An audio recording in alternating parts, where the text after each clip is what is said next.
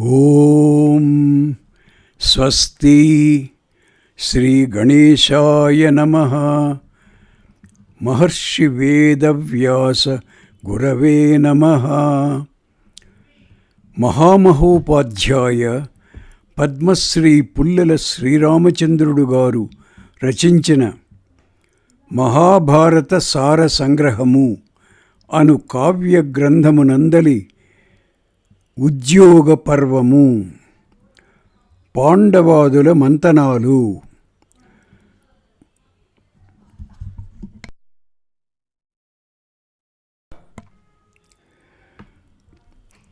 ఉత్తర అభిమన్యుల వివాహం జరిగిన మరునాడు రాజులందరూ విరాటుని సభలో సమావిష్ఠులయ్యారు.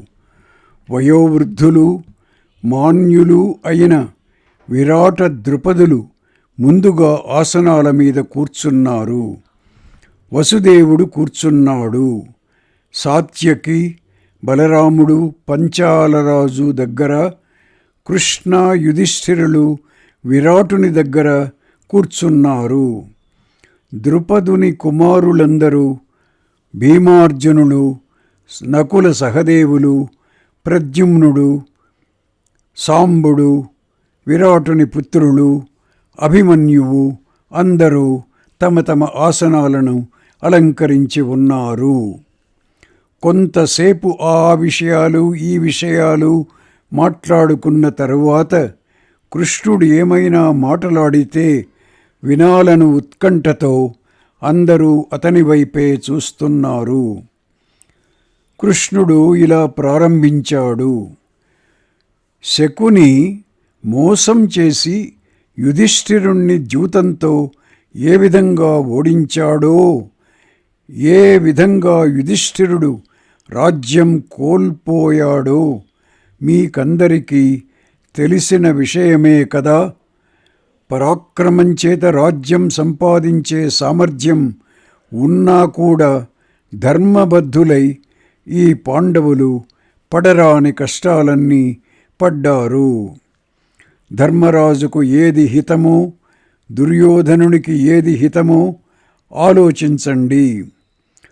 అధర్మం చేత స్వర్గరాజ్యం లభించినా ధర్మరాజు అంగీకరించడు. ధర్మబద్ధమైన ఏకగ్రామాధిపత్యం లభించినా అంగీకరిస్తాడు. ధృతరాష్ట్రుని పుత్రులు పాండవులతో యుద్ధం చేసి రాజ్యం సంపాదించలేదు. అయినా కూడా ధర్మజుడు వాళ్ల క్షేమమే కోరుతున్నాడు.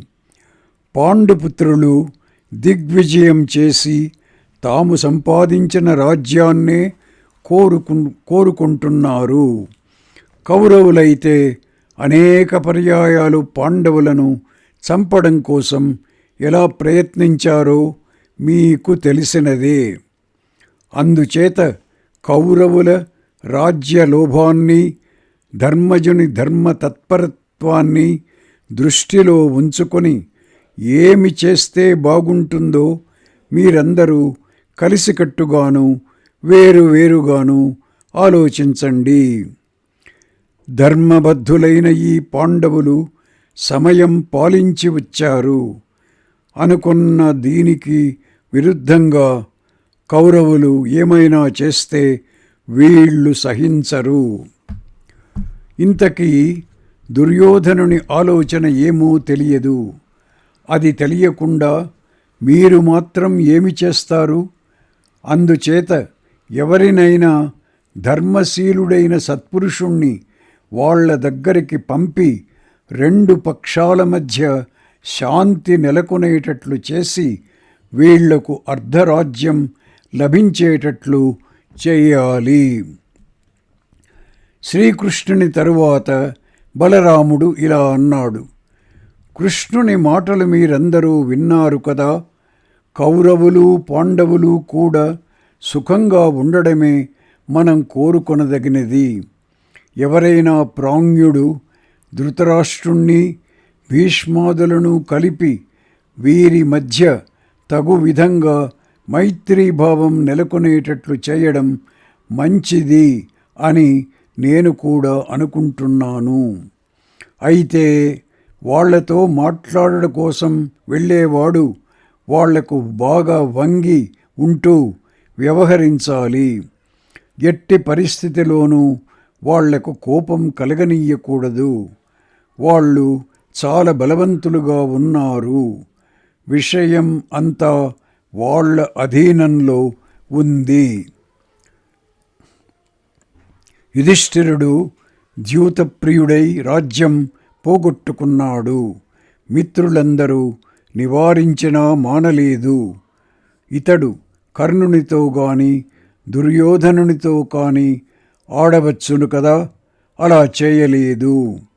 తనకు అంత నేర్పు లేకపోయినా ఈ విద్యలో మంచి నేర్పు ఉన్న శకునితో ఆడాడు, ఓడిపోయాడు. దీనిలో శకుని అపరాధం ఏముంది? అందుచేత అక్కడికి వెళ్ళేవాడు బాగా వంగి ఉండి సామపూర్వకంగా మాత్రమే ధృతరాష్ట్రునితో మాట్లాడాలి. సంరంభమాణో విజితః ప్రసహ్య తత్రాపరాధః శకునేర్న కశ్చిత్ తస్మాత్ ప్రణమ్యైవ వచో బ్రవీతు వైచిత్రవీర్యం బహుసామయుక్తం. కౌరవులతో విరోధం పెట్టుకొనడం మంచిది కాదు.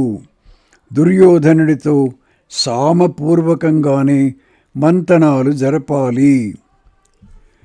బలరాముని మాటలు పూర్తి కాకుండానే సాత్యకి క్రోధావేశంతో చర్రున లేచి ఇలా అన్నాడు: మనిషి తన మనస్సు ఎలా ఉంటుందో అలాగే మాటలాడుతాడు.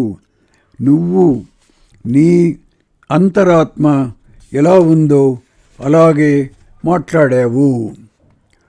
యాదృశః పురుషస్యాత్మా తాదృశం సంప్రభాషతే యథారూపోంతరాత్మా తే తథారూపం ప్రభాషసే. ఉద్యోగ పర్వం 3:1.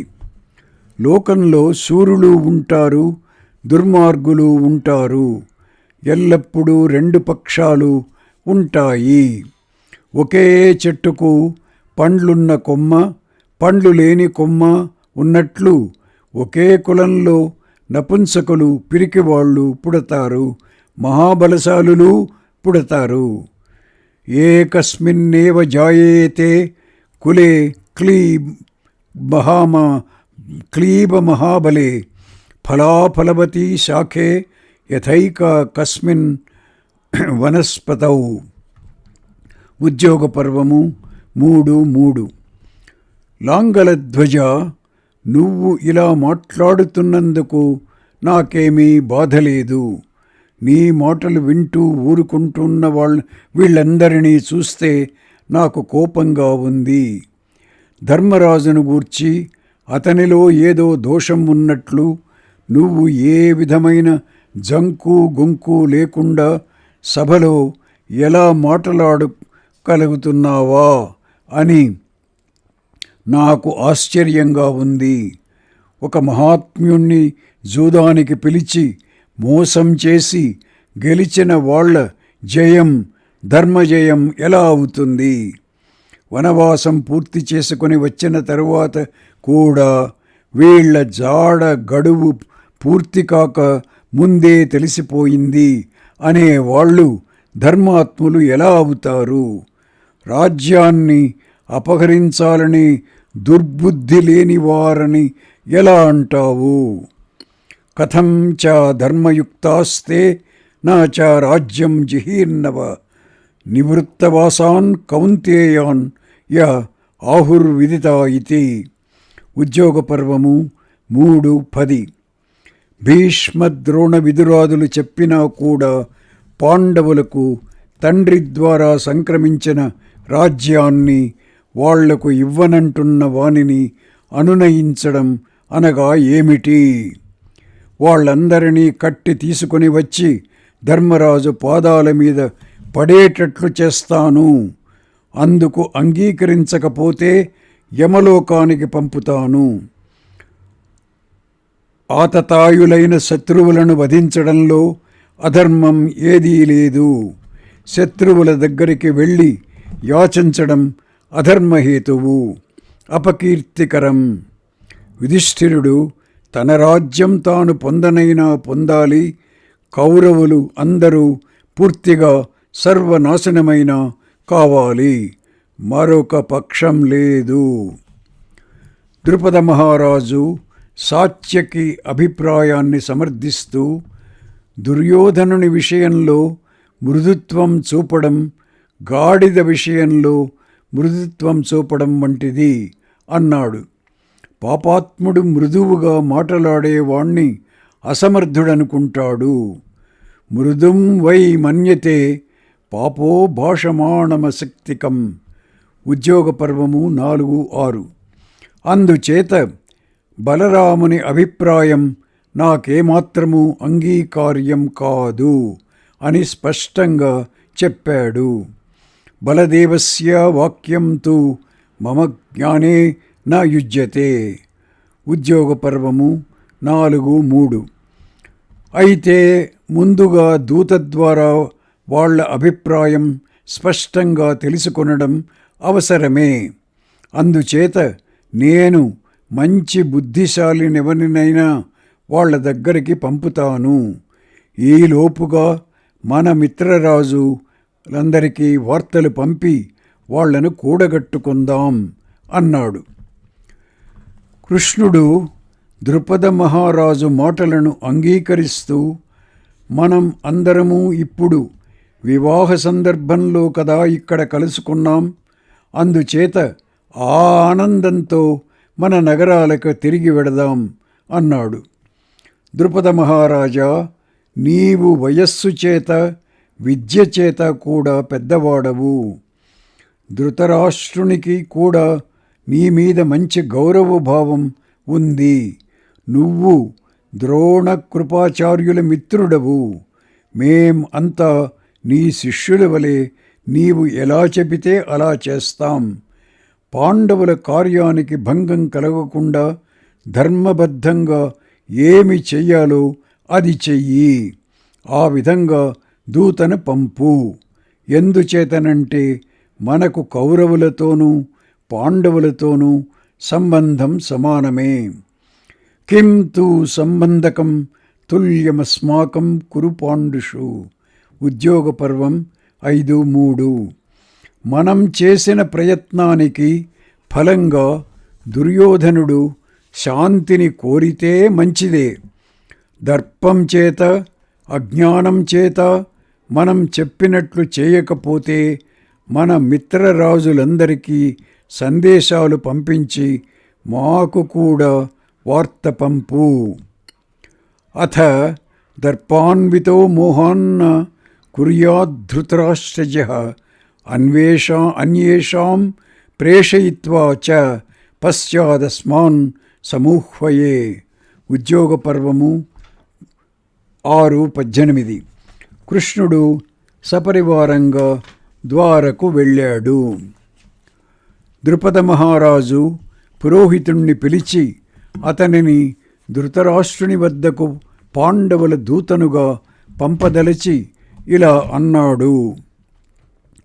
బ్రాహ్మణోత్తమ, భూతాలలో అనగా చేతన అచేతన పదార్థాలలో ప్రాణులు అనగా చేతనాలు శ్రేష్టమైనవి. ప్రాణులలో బుద్ధిజీవులు శ్రేష్టములు. బుద్ధిమంతులలో నరులు శ్రేష్ఠులు.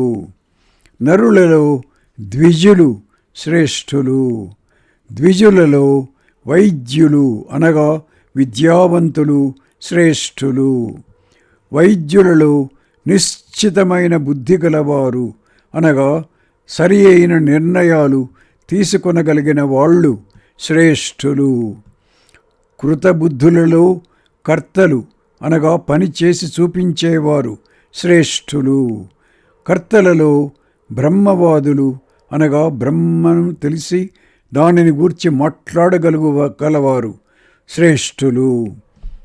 భూతానాం ప్రాణినః శ్రేష్ఠాః ప్రాణినాం బుద్ధిజీవినః బుద్ధిమత్సు నరాః శ్రేష్ఠాః నరేష్వపి ద్విజాతయః ద్విజేషు వైద్యాః శ్రేయాంసో వైద్యేషు కృతబుద్ధయః కృతిబుద్ధిషు కర్తారః కర్తృషు బ్రహ్మవాదినః. ఉద్యోగ పర్వం 6:12. నీవు కృతబుద్ధులలో ప్రధానుడవని నా అభిప్రాయము. కులం చేత, వయస్సు చేత, విద్య చేత కూడా విశిష్టుడవు. బుద్ధిలో శుక్ర బృహస్పతులతో సమానుడవు. కౌరవులు పాండవులను మోసగించి ఎలా కష్టాల పాలు చేశారో నీకు తెలుసును కదా. ఈ మోసం ధృతరాష్ట్రునకు కూడా తెలిసి చేసినదే. వాళ్ళు ఎట్టి పరిస్థితిలోనూ పాండవుల రాజ్యం పాండవులకు ఇచ్చే అభిప్రాయంలో లేరు. నువ్వు ధృతరాష్ట్రుని వద్దకు వెళ్ళి ధర్మయుక్తములైన మాటలు చెబుతూ యోధుల మనస్సులలో మార్పు తీసుకొని రావాలి. విదురుడు నీ మాటలను సమర్థిస్తాడు. భీష్మ ద్రోణ కృపాదుల ఆలోచనలలో భేదం కలిగిస్తాడు. అమాత్యులలో భేదాలు ఏర్పడి యోధులలో వైముఖ్యం కలిగినప్పుడు అదంతా సర్దుకొనడంలో వాళ్ళు కొంత శ్రమ పడవలసి వస్తుంది. అమాత్యేషు చ భిన్నేషు యోధేషు విముఖేషు చ పునరేకత్ర కరణం తేషాం కర్మ భవిష్యతి. ఉద్యోగ పర్వము 6:10. ఈలోగా పాండవులు ఏకాగ్రచిత్తంతో సైన్యబలాన్ని వస్తుబలాన్ని సమకూర్చుకొనడానికి తగిన సమయం దొరుకుతుంది. నువ్వు కొన్నాళ్లపాటు అక్కడనే ఉంటూ వీళ్లను కలుస్తూ వాళ్లను కలుస్తూ ఆలస్యం చేస్తుంటే వాళ్ళు సేనాకర్మ ప్రారంభించరు. అందులో సందేహము లేదు. నువ్వు అక్కడికి వెళ్ళడంలో ప్రధాన ప్రయోజనం ఇదే. ధర్మబద్ధమైన నీ మాటలు వినడం చేత ధృతరాష్ట్రుడు ధర్మ మార్గం అవలంబించినా అవలంబించవచ్చును. సంగత్యా ధృతరాష్ట్రస్య కుర్యాద్ ధర్మ్యం వచస్తవ. ఉద్యోగ పర్వము 6:14. నీవు ధర్మయుక్తుడవై అక్కడ ఉన్న వాళ్లతో ధర్మబద్ధంగా వ్యవహరిస్తూ కొంచెం దయాస్వభావం కలవాళ్ళు అన్న వాళ్ళ దగ్గర పాండవులు అనుభవించిన క్లేశాలన్నీ వర్ణించి చెబుతూ వృద్ధుల వద్ద పూర్వులు అనుసరించిన కులధర్మాలను గూర్చి ముచ్చటిస్తూ వాళ్ళ అందరి మనస్సులను తప్పక భేదించగలవు. నాకేమాత్రమూ సందేహం లేదు. నీకు వాళ్ల వల్ల భయం ఏదీ ఉండదు. ఎందువలననగా వేదవేత్తవైన బ్రాహ్మణుడవు, దౌత్యం మీద అక్కడికి వెళ్ళినవాడవు, అన్నింటికీ మించి వయోవృద్ధుడవు. అందుచేత నువ్వు పుష్యమీ నక్షత్రాన జయలగ్నంలో బయలుదేరి యుధిష్ఠిరుని కార్యం సాధించడానికి వెళ్ళాలి. ద్రుపదుడు ఈ విధంగా బోధించగా పురోహితుడు శిష్య సమేతుడై హస్తినపురానికి వెళ్ళాడు. కృష్ణుడు దుర్యోధనార్జునులకు సహాయం చేయడానికి అంగీకరించడం. ద్రుపదుని పురోహితుడు హస్తినపురానికి పాండవుల దూతగా వెళ్ళిన తరువాత పాండవులు ఇతర రాజులకు కూడా వాళ్ల సహాయం కోరుతూ దూతలను పంపారు. అర్జునుడు స్వయంగానే ద్వారకకు వెళ్ళాడు. అదే సమయంలో దుర్యోధనుడు కూడా కృష్ణుని సహాయం కోరడానికై అక్కడికి వెళ్ళాడు. అప్పటికి కృష్ణుడు నిద్రపోతూ ఉన్నాడు. దుర్యోధనుడు కొన్ని క్షణాలు ముందుగా వెళ్ళి కృష్ణుని శిరస్సు వైపున ఉన్న ఉన్నతాసనం మీద ఆసీనుడయ్యాడు. కొంచెం ఆలస్యంగా వెళ్ళిన అర్జునుడు సవినయంగా నిలబడి ఉన్నాడు. కృష్ణుడు కళ్ళు తెరవగానే అర్జునుడు ముందు కనపడ్డాడు. వారిద్దరినీ సాదరంగా పలకరించి కృష్ణుడు వారి రాకకు కారణం అడిగాడు. దుర్యోధనుడు, నీకు నాతోనూ అర్జునునితోనూ కూడా సంబంధ బాంధవ్యాదులు సమానమే కదా, నేను యుద్ధంలో నీ సహాయం కోరడానికి వచ్చాను, ముందుగా కూడా వచ్చాను అన్నాడు. నువ్వు ముందుగా వచ్చిన మాట నిజమే, కానీ నేను అర్జునుణ్ణి ముందుగా చూచాను, అందుచేత ఇద్దరికీ కూడా సహాయం చేస్తాను. నా వంటి శరీరధార్యం గల నారాయణులను పేరుగల ఒక అర్బుదం సైనికులు ఒకరి పక్షాన ఉంటారు. నేనొక్కడినే యుద్ధం చేయకుండా ఒకరి పక్షాన ఉంటాను. పార్థుడు చిన్నవాడుగాన ముందు కోరుకోవాలి అన్నాడు కృష్ణుడు. అప్పుడు అర్జునుడు కృష్ణుణ్ణి కోరుకోగా దుర్యోధనుడు 1000 మంది సైనికులను కోరుకున్నాడు.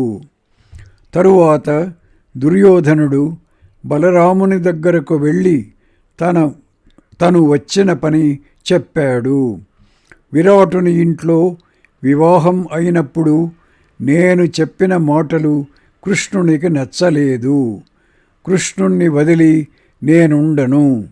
నేను నీకు గాని యుధిష్ఠిరునికి గాని సహాయం చేయను అన్నాడు బలరాముడు. తరువాత అతడు కృతవర్మ వద్దకు వెళ్ళాడు. అతడు వానికి ఒక అక్షౌహిణి సైన్యం ఇచ్చాడు.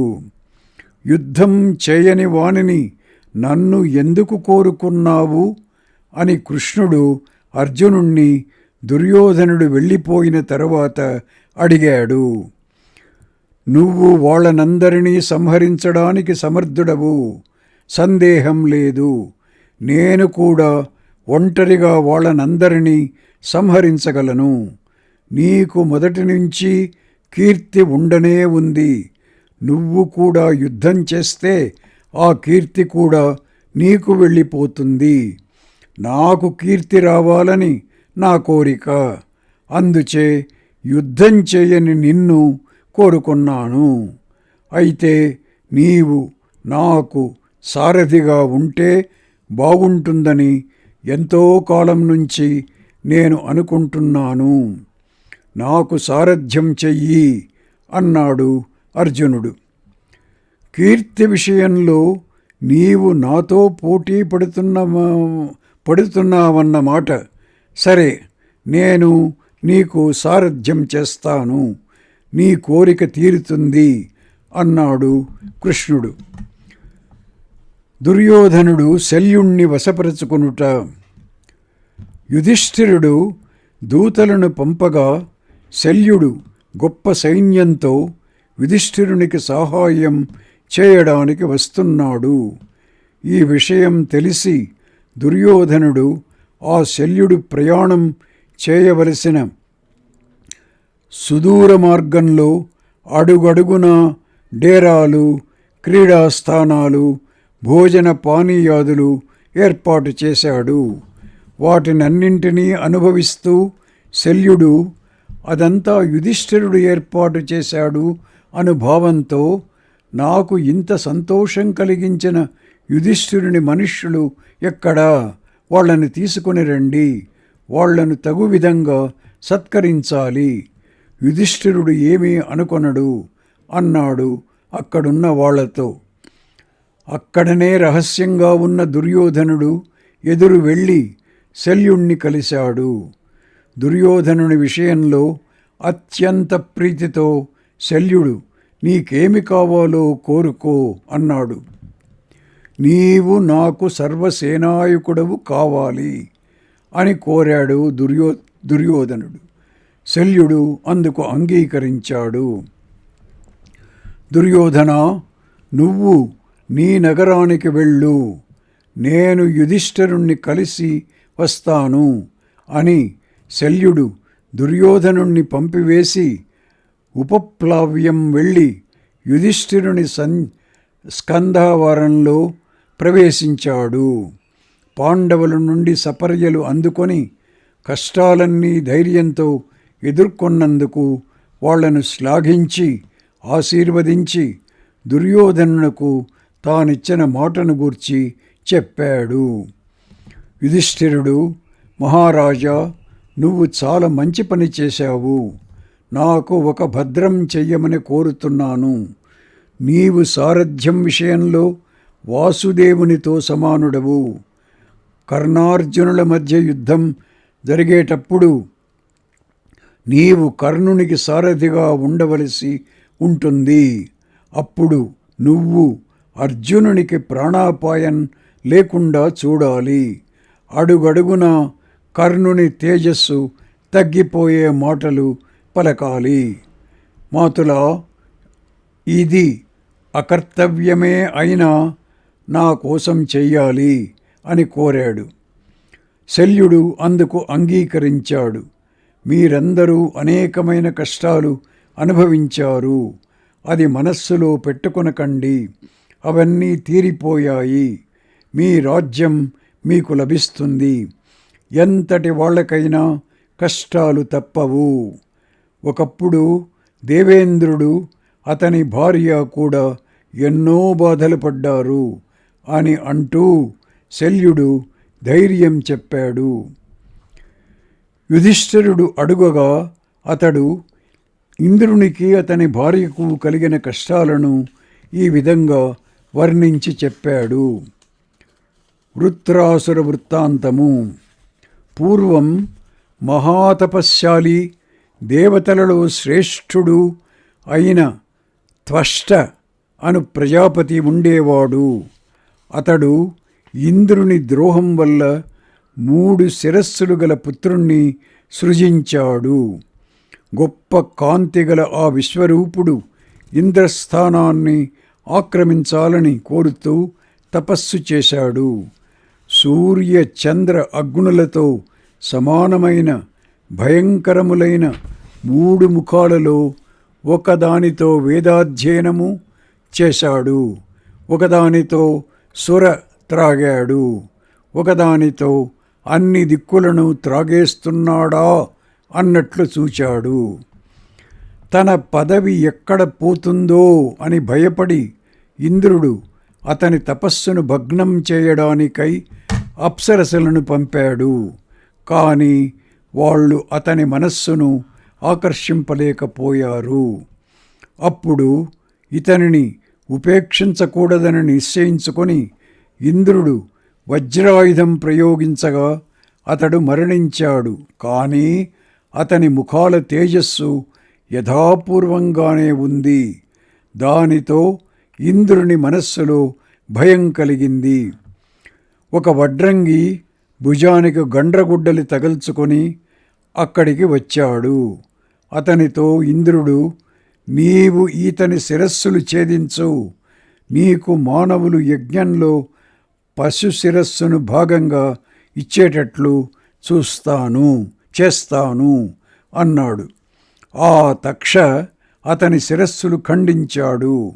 వేదం పఠిస్తూ సోమం త్రాగే అతని శిరస్సు నుండి కపింజల పక్షులు, అన్ని దిక్కులను త్రాగుతున్నట్లు చూచే శిరస్సు నుండి తిత్తిరి పక్షులు, సురత్రాగే శిరస్సు నుండి కలవింక పక్షులు, డేగలు బయటకు వచ్చి ఎగిరిపోయాయి. ఇంద్రుడు తన కుమారుణ్ణి చంపినందుకు కోపించి త్వష్ట ఇంద్రుని నాశనం కొరకు అగ్నితో హోమం చేసి తన తపోబలం చేత వృత్రుణ్ణి పుట్టించి, ఓ ఇంద్రశత్రువు, వృద్ధి పొందుము అన్నాడు. వృత్రుడు పెరిగి పెరిగి భూమి ఆకాశాలను ఆక్రమించాడు. ఇంద్రుని చంపుము అని త్వష్ట ఆజ్ఞాపించగా అతడు ఇంద్రునితో యుద్ధం చేయడానికి స్వర్గలోకానికి వెళ్ళాడు. ఘోరమైన యుద్ధంలో వృత్రుడు ఇంద్రుణ్ణి చిన్న ఉండగా చేసుకొని మృంగివేశాడు. అప్పుడు దేవతలందరూ కలిసి జృంభిక అను ఒక శక్తిని వృత్రాసురుణ్ణి చంపడానికై సృజించారు. వృత్రాసుడు ఆవులించగా ఇంద్రుడు అతని ఉదరం నుంచి బయటకు వచ్చాడు. మళ్ళీ ఇంద్రవృత్తుల మధ్య యుద్ధం జరిగింది. ఇంద్రుడు పారిపోయాడు. వృత్రుణ్ణి సంహరించే ఉపాయం తెలుపమని కోరుతూ దేవతలు, ఋషులు విష్ణువు దగ్గరికి వెళ్ళారు. మీరు అతనితో సామోపాయపూర్వకంగా కొంతకాలం మైత్రితో ఉండండి. నేను ఇంద్రుని ఆయుధంలో నా శక్తిని ప్రవేశపెట్టి అతనిని సంహరిస్తాను అని విష్ణువు చెప్పాడు. దేవాదులు వెళ్ళి అతనిని కోరగా, నన్నెవ్వరూ కూడా ఎండిపోయిన దానితో కానీ, తడిగా ఉన్న దానితో కానీ, రాతితో కానీ, కర్రతో కానీ, శస్త్రంతో కానీ, అస్త్రంతో కానీ, రాత్రి కానీ, పగలు కానీ చంపకూడదు. అలా వరం ఇస్తే మీతో సఖ్యంతో ఉంటాను అన్నాడు వృత్రుడు. దేవాదులు అంగీకరించారు. అయితే ఇంద్రుడు అతనిని వధించడానికి అవకాశం కోసం వెతుకుతూనే ఉన్నాడు. ఒకనాడు సంధ్యా సమయంలో ఇంద్రుడు, ఇది రాత్రి కానీ పగలు కానీ కాదు కదా అనుకుంటూ సముద్రంలో దూరంగా పర్వతాకారంలో తెల్లగా కనపడుతున్న నురుగును తీసుకొని, అది శుష్కం కానీ ఆర్ద్రం కానీ కాకపోవటం చేత విష్ణువును స్మరిస్తూ దానితో వృత్రాసురుణ్ణి కొట్టాడు. విష్ణు తేజస్సు దానిలో ప్రవేశించడం చేత అది వజ్రసదృశమై వృత్రుణ్ణి చంపివేసింది. ఇంద్రుణ్ణి అసత్య పాపము, బ్రహ్మహత్యా పాపము వెన్నంటాయి. దానితో ఇంద్రుడు నీళ్లలో దాగికొని పాము వలె కొట్టుకుంటూ పడి ఉన్నాడు. ఇంద్రుడు లేకపోవడంతో ముల్లోకాలు అరాజకములైపోయాయి. అంతటా ఉపద్రవాలు చెలరేగాయి. ఆ సమయంలో దేవేంద్ర సింహాసనాన్ని అధిష్ఠించడానికి ఎవ్వరూ ముందుకు రాలేదు. నహుషునికి ఇంద్రపదవి. లోకత్రయము రాజవిహీనమై అనేక ఉపద్రవాలకు లోను అవడం చూచి మహర్షులు పుణ్యాత్ముడైన నహుష చక్రవర్తి ఈ పదం అలంకరించడానికి తగినవాడని నిర్ణయించి అతనిని కోరారు.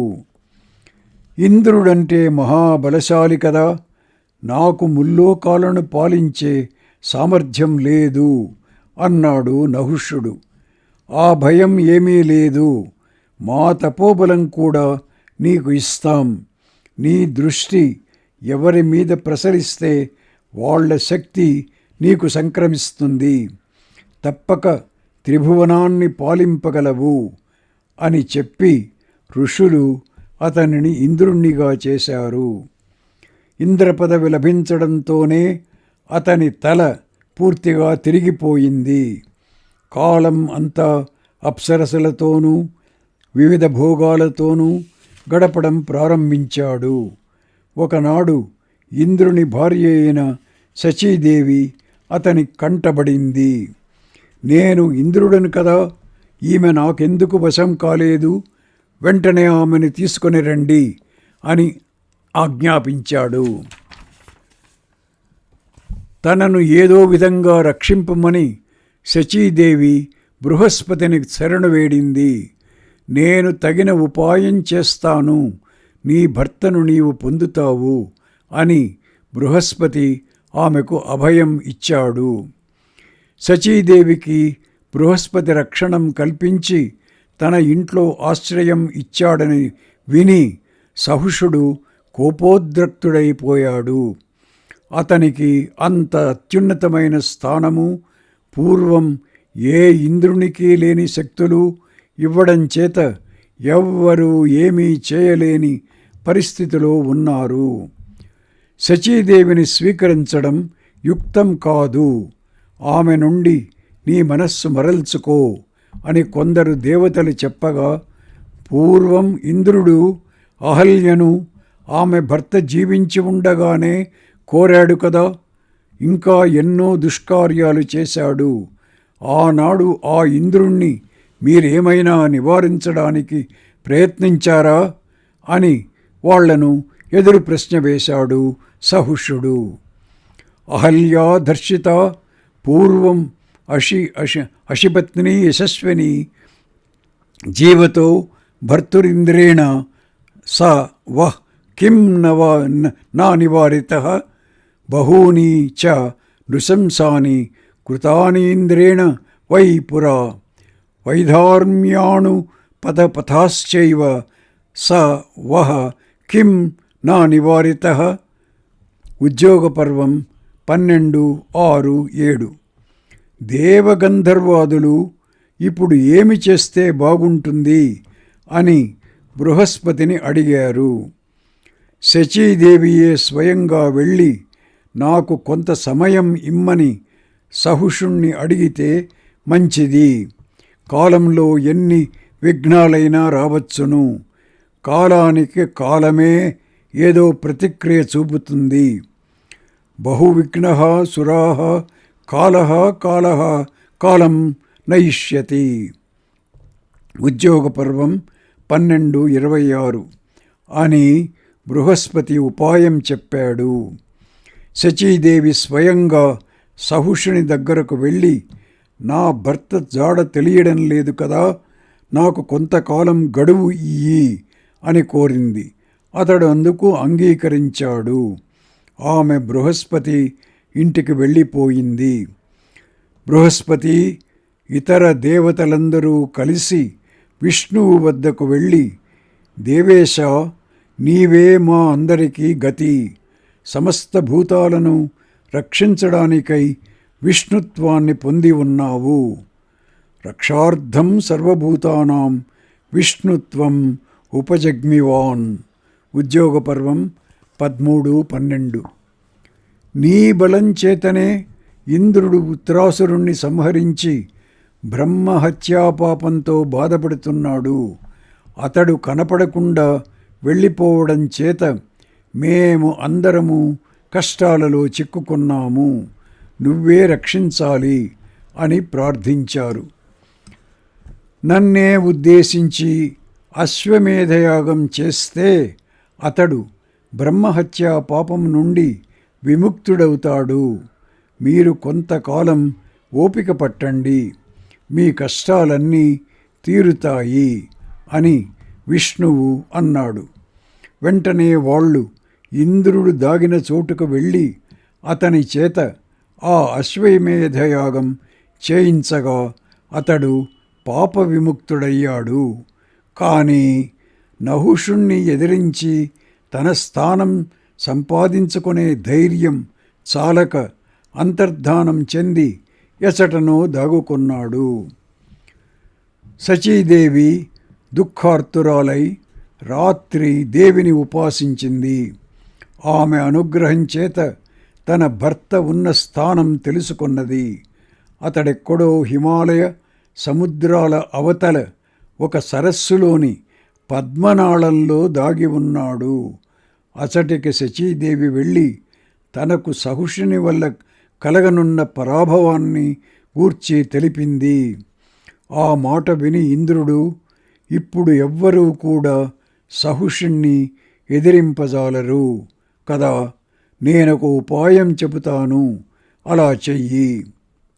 సహుషుని దగ్గరకు వెళ్ళి నీవు ఋషుల చేత వాహనం మోయించుకొని దానిమీద నా దగ్గరికి వస్తే అంగీకరిస్తాను అని చెప్పు అని శచీదేవికి ఉపదేశించాడు.